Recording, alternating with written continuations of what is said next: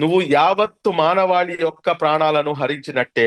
అదే విధంగా ఒక అమాయక ప్రజల యొక్క ప్రాణాలను నువ్వు కాపాడితే కనుక యావత్తు మానవాళిని కాపాడినట్టే అని చెప్పేసి. సార్ మరి వన్ అలాంటప్పుడు బేసిక్ క్వశ్చన్ సార్, వన్ ఈ బేసిక్ యధవులు క్వశ్చన్ సార్. ఎవరైతే ఉన్నారో వీళ్ళు ముస్లింలు అని చెప్పేసి వాళ్ళ క్లెయిమ్ ఎలా చేస్తారండి? వాళ్ళు ఖురాన్ కి వ్యతిరేకంగా పనిచేశారు.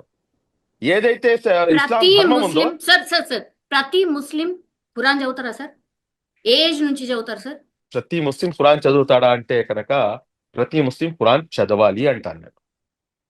చదువుతారా చదవరా? చదువుతారు, ఖచ్చితంగా ఏ చదువుతారు. ఏజ్ నుంచి సార్? సార్ ఏ ఏజ్ నుంచి సార్?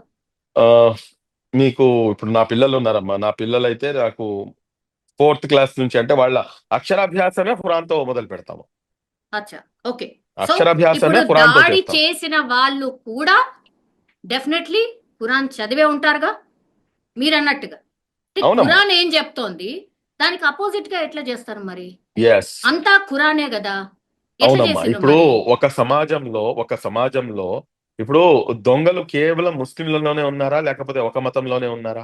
రేపిస్టులు, మర్డరిస్టులు, మానభంగాలు చేసేవాళ్ళు, సార్ డకాయిట్లు గాళ్ళు కామనైజ్ చేయకండి సార్. సార్ కామనైజ్ కాదమ్మా. కామనైజ్ మీరు ఒకటి ఎస్ ఒకటి సార్. ఇక్కడ గమనించాల్సింది ఏంటంటే అన్ని సమాజాల్లో కూడాను దరిద్రులు ఉంటారు. వాళ్ళు చేసినంత మాత్రాన అది మొత్తం సమాజంపై ఆపాదించడం అనేది తప్పు అంటున్నాను. వాళ్ళు చేసింది 100% తప్పు, క్షమించరాని నేరము. వాళ్ళని ఊచకోత కోయాలి, వాళ్ళని నడి రోడ్డుపై నుంచోబెట్టి వాళ్ళని బుల్లెట్స్ తో కాల్చి చంపాలి, వాళ్ళని బహిరంగంగా ఉరి తీయాలి అని చెప్పేసి ముస్లిం సమాజం కోరుతుంది. మేము డిమాండ్ చేస్తున్నాము, అందులో ఎటువంటి అతిశయోక్తి లేదు. కానీ ఆ నింద మొత్తం యావత్తు సమాజంపై మీరు మోస్తారంటే కనుక అది సమంజసం కాదు కదా. చంపినవాడు ముస్లిము, కాపాడినవాడు ఒక ముస్లిం ఉన్నాడు అక్కడ. మరి అలాంటప్పుడు ఆ ముస్లిం ఎందుకు కాపాడాడు? వాడు నిజమైనటువంటి ఏదైతే ఆ మానవతావాది ఉందో వాళ్ళలోంచి అది బయటకు వచ్చాడు. వీళ్ళు సార్ ఎవరైతే ఉన్నారో, ఈ దరిద్రులు ఎవరైతే ఉన్నారో 26 మెంబర్స్ వర్సెస్ 1 సార్. ఎగ్జాక్ట్లీ అమ్మా. నేను కాదనట్లేదు, నేను వ్యతిరేకం కాదు. అది తప్పు అని చెప్పే నేను ఖండిస్తున్నాను. కానీ ఒక్క ప్రాణమైనా కానీ 26 ప్రాణాలైనా కానీ ఏదైనా కానీ ఒక అమాయకమైనటువంటి ప్రాణాన్ని హరించడం అనేది తప్పు. ఇందులో ఎటువంటి అతిశయోక్తి లేదు. అది కూడాను ఇస్లాం ధర్మం పేరు చెప్పి మరి ఆ పని చేయటం అనేది తప్పు. ఏదైతే ఈ పాకిస్తానీ ఉగ్రవాదులు చేస్తున్నటువంటి ఈ దుశ్చర్యలు ఉన్నాయో వారు ఎందుకు చేస్తున్నారు అనేది మనం గమనించాలి. ఈ సమయం మన దేశానికి మన దేశానికి కావాల్సింది హిందువా, ముస్లిమా, లేకపోతే కాంగ్రెసా, బీజేపీయా, నువ్వు ఆర్ఎస్ఎస్ఆ, లేకపోతే ఏ జమాత్తో సంబంధం ఉంది, నువ్వు క్రైస్తవుడువా, నువ్వు సిక్కువా, నువ్వు హిందువా కాదు. మనం విఆర్ ఇండియన్స్ అన్న ఏకైక నినాదాన్ని తీసుకొని ముందుకు వెళ్లాల్సినటువంటి అవసరం ఉంది. ఈ రోజున పాకిస్తాన్ ఉగ్రవాదులు చేసినటువంటి చర్యను మనం దానికి ఇక్కడ ఉన్నటువంటి ముస్లింలపై మనం ఆపాదిస్తామంటే కనుక అది ఏమాత్రం కూడాను సహేతుకం కాదు అన్న సంగతి గమనించాలి అంటున్నాను నేను. సార్ ఎప్పుడైనా మీరు జమ్మూ కాశ్మీర్ వెళ్ళినరా? ఎస్పెషల్లీ ఈ ప్లేస్ కి వెళ్ళినరా? వెళ్ళాను ఎట్లా వెళ్ళాను ఎస్ వెళ్ళాను ఎట్లా ఎట్లా ఎంట్రీ ఇచ్చి ఉంటారు లోపలికి? హౌ కమ్ మీరు దట్ చాలా వ్యాలిడ్ యూనిఫామ్ క్వశ్చన్ ఎట్లేసుకుంటారు? అడుగుతున్నారు. మీరు చాలా వ్యాలిడ్ క్వశ్చన్ అడుగుతున్నారు. మీ క్వశ్చన్ కి నేను ఎలా ఎంటర్ అయ్యాను ఏంటి అనేది దాని సమాధానం మీకు కూడా తెలుసు. కానీ మీరు ఎందుకు అడుగుతున్నారనే దీంతో నేను మీకు ఆన్సర్ ఇస్తున్నాను. చూడండి అమ్మా, 2000 మంది పర్యాటకులు ఉన్నారు అక్కడ. నేను ఎవరిని నిందించట్లేదు, నేను ఏ పార్టీ పేరు తీసుకోను. కానీ let's come to the common sense point.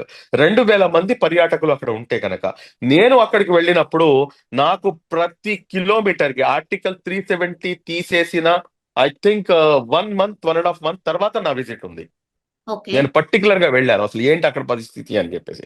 అప్పుడు ఉన్నటువంటి పరిస్థితి ఏంటంటే ప్రతి అడుగు తీసి అడుగు వేస్తే ఆర్మీ దళాలు పూర్తిగా ఆక్యుపై చేసుకొని వాళ్ళు పూర్తిగా సెక్యూరిటీగా ఉన్నారు. కానీ ఇది కంటిన్యూస్ ప్రాసెస్. కాశ్మీర్ అంటే కొంచెం ఈ విధంగా ఉంటుంది కాబట్టి, అది కాకుండా పర్యాటకులు వస్తారు కాబట్టి అక్కడ సెక్యూరిటీ అనేది చాలా ఎక్కువగా ఉంటుంది.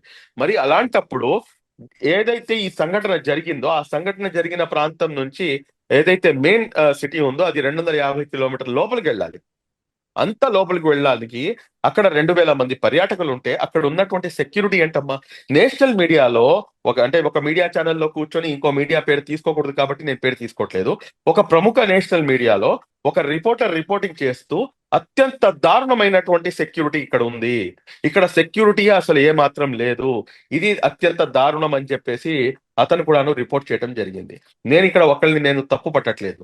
నేను ఇక్కడ చెప్తుంది ఏంటంటే మా తప్పుల్ని కూడాను మేము సరిదిద్దుకోవాల్సినటువంటి అవసరం ఉంది అని చెప్పేసి నేను చెప్తున్నాను అంతే. ఏదో రకంగా ఎవరైతే ఈ ముష్కరులు ఉన్నారో వాళ్ళు ఏదో ఒక మార్గం ద్వారా ఎంటర్ అయి ఉంటారు కదా. వాళ్ళు అంత ఈజీగా ఎలా ఎంటర్ అయ్యారు? ఎవరు వాళ్ళకి సహకరించారు? ఎవరు ఎవరు ఎవరు వాళ్ళకి సహకరించి ఉంటారు సార్? ఎవరు సహకరించి ఉంటారు? జమ్మూ ఎవరు కాశ్మీర్ లో సహకరించుంటారంటే ఉన్నటువంటి లోకల్ నేను పీపుల్ నేను చెప్పలేను కదా. నేను చెప్పలేను కదా తల్లి. నాకు దాని అంటే గురించి నాకు అవగాహన లేనప్పుడు ఖచ్చితంగా ఎవరో అంటే ఒకరు ఒక సహకరించుంటారు. ఖచ్చితంగా ఎవరో ఒకరు సహకరించుంటారు. బట్ ఎవరు యాడింగ్ సహకరించారు ఆన్ అంటే ఎస్ యాడింగ్ ఆన్ సార్, ఏపీకి సంబంధించిన మధుసూదన్ రావు అని ఒకతను చనిపోయాడు సార్. మీరు చూసే ఉంటారు నాకు తెలిసి. చూశానమ్మా. యా, వాళ్ళ మిస్సెస్ ఇచ్చినటువంటి ఎస్, స్టేట్మెంట్ కూడాను విన్నాను నేను. చూసారు కదా. లోకల్ వాళ్ళు కూడా కొంత మిస్గైడ్ చేశారు అన్నటువంటి మాట చెప్పింది సార్. మీరు విన్నారా? నేను అట్లా విన్నాను జరిగి తల్లి. ఉండొచ్చా? అట్లా జరిగి అలా ఉండొచ్చా? జరగడానికి నేను ఇప్పుడు ఆవిడ ఇచ్చిన స్టేట్మెంట్ కి అయితే నేను కౌంటర్ అయితే చేయలేను. ఎందుకంటే అక్కడికి వెళ్ళొచ్చిన ఆవిడ ఆవిడ మాటకి నేను కౌంటర్ ఇవ్వలేను. కానీ నేను మీకు ఇండియన్ ఎక్స్‌ప్రెస్ ఏదైతే ఆర్టికల్ ఉందో ఆ ఆర్టికల్ ఇవాళ మార్నింగే ప్రచురితమైంది.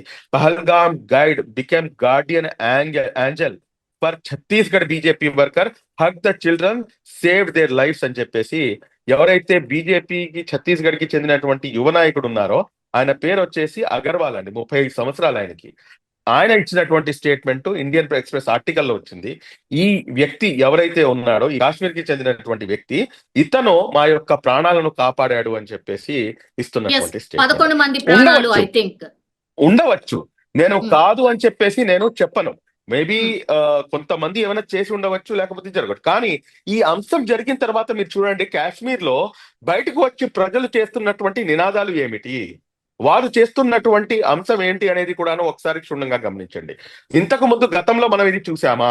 ఈ రోజున వాళ్ళు భారతదేశంలో అంతర్భాగం మేము అని చెప్పేసి నమ్మి వాళ్ళు ఇస్తున్నటువంటి నినాదాలు హిందూ ముస్లింల ఐక్యత వర్ధిల్లాలి అని చెప్పేసి, మేము భారతదేశంలో అంతర్భాగం అని చెప్పేసి వాళ్ళు చెప్తున్నటువంటి మాట అది 100% వెల్కమ్ చేయాల్సినటువంటి అంశం. ఉండవచ్చు ఒకళ్ళో ఇద్దరో లేకపోతే ఒక పర్సంటేజ్ ఆఫ్ పీపుల్ ఎవరైనా ఉండవచ్చు. వాళ్ళని కూడాను మనం పట్టుకోవాల్సినటువంటి అవసరం ఉంది అంటాను నేను. Yeah, okay, right sir. నిన్న తను మాట్లాడుతూ కూడా ఇంకో మాట అండి సార్.